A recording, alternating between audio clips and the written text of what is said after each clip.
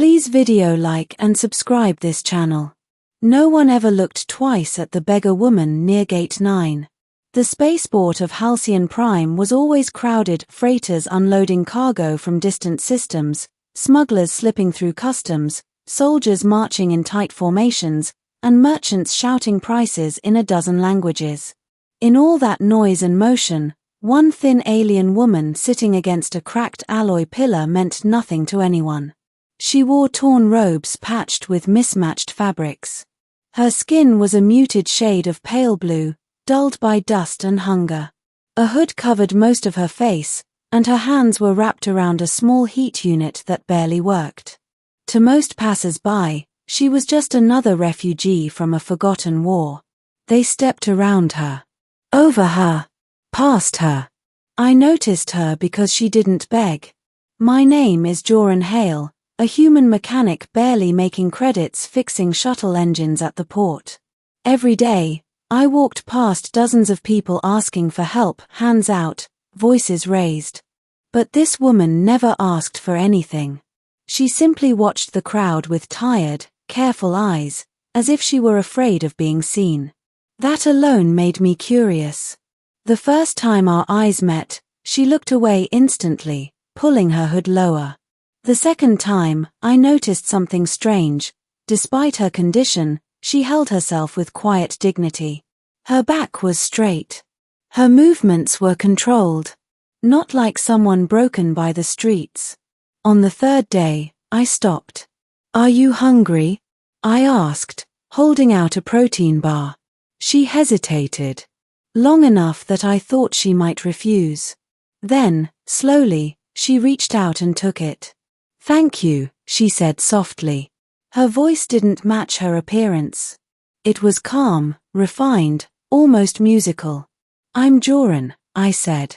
She paused. "I am called Lyrian. Not a common name. Not a street name either." From that day on, I brought her food when I could. Sometimes water. Sometimes just a few minutes of conversation.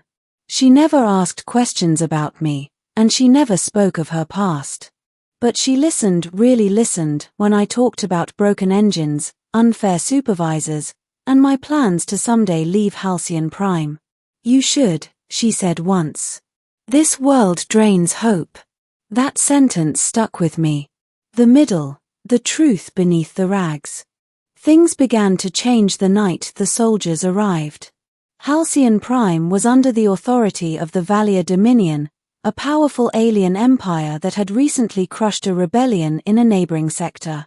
Refugees had flooded the planet since then. Rumors spread that high-value targets were still at large. I was finishing a late shift when alarms echoed through the spaceport. Armed patrols sealed gates, scanning crowds with glowing biometric devices. Lyrian stiffened the moment she heard the sound. "They're here," she whispered. "For who?" I asked. Her hands trembled. "For me." Before I could ask anything else, a patrol turned toward us. Their scanners glowed brighter as they approached. Lyrian stood abruptly, panic flashing across her face. "Come with me," I said without thinking. I grabbed her hand and pulled her into a maintenance corridor, heart pounding. We ran through narrow passages until we reached my workshop, a cluttered room filled with tools, spare parts, and half-disassembled engines. I locked the door just as heavy footsteps passed outside. Lyrian leaned against the wall, breathing hard. "You didn't have to do that," she said. "Yes, I did," I replied. "Now tell me what's going on." She was silent for a long moment. Then she pulled back her hood. Under the harsh workshop lights, I finally saw her clearly. Her features were delicate but strong, her eyes an unusual shade of violet that seemed to glow faintly. Fine markings, almost like living constellations, traced her temples, patterns I had seen only once before, in a history archive. Royal sigils. My breath caught. "You're Valia." She nodded. "And more than that." She straightened, and in that moment, she no longer looked like a beggar. "I am Princess Lyrian Voralthara," she said quietly. Heir to the Valier throne. The words felt unreal. The rebellion, she continued, was led by my own council. They betrayed my family. My parents were executed. I escaped, but I was declared dead. I stared at her, my mind racing. So the soldiers are hunting me, she said. If they find me, they will parade my death across the galaxy. I laughed softly, not because it was funny, but because it was too much. I gave food to an alien princess. She looked at me, uncertain. You're angry. No, I said. I'm scared. But not of you. For the first time since I'd met her, her eyes filled with tears. You treated me like I mattered, she whispered. When I had nothing. That night, she stayed in my workshop. Hunted and revealed. The search intensified. Posters appeared across Halcyon Prime, vague images of a dangerous fugitive. Rewards were offered. Informants whispered in dark corners. Lyrian and I moved constantly between my workshop, abandoned cargo holds, and forgotten tunnels beneath the city. As days passed, I learned more about her. She had been trained to rule since childhood: diplomacy, strategy, ethics. She spoke of her people not as subjects, but as lives she felt responsible for. She didn't crave power. She mourned it. You could leave, I told her once. Find allies. Take back your throne. She shook her head. Not yet. The Dominion would use my return to justify more bloodshed. I need proof. Support. Then we'll get it, I said. She looked at me in disbelief. Why would you help me? I didn't have a clever answer. Because someone should. Eventually, our luck ran out.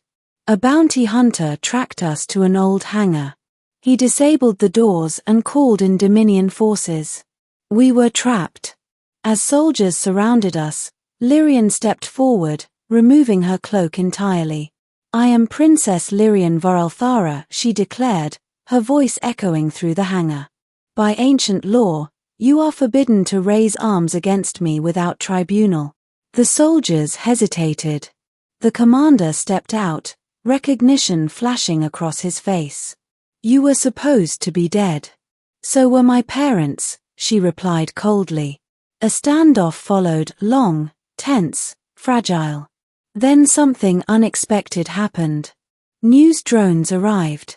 Someone had leaked her identity. The truth spread faster than the soldiers could stop it. Across the galaxy, screens lit up with images of the Beggar princess. Public reaction was immediate. Uprisings flared. Neutral systems demanded answers. Even within the Dominion, loyalties fractured. The soldiers lowered their weapons. You cannot kill me now, Lyrian said softly. The galaxy is watching. Ending, from the streets to the stars. Within weeks, everything changed. Lyrian was escorted not as a prisoner, but as a protected figure to a neutral council world. Evidence of the coup was revealed. Surviving allies stepped forward. The Dominion's lies unraveled. She was offered her throne back. I stood beside her on the balcony of a starship, watching Halcyon Prime fade into the distance. You could stay here, she said. Live a quiet life. I smiled. You're asking the wrong person. She turned to me, her royal bearing softened by something warmer. You saw me when I was nothing, she said. You saved me when the galaxy looked away. I just gave you food, I replied. She shook her head. You gave me dignity. At the coronation, she wore armor woven with light, her presence commanding yet compassionate. When she spoke, systems listened. When she ruled, she remembered the streets.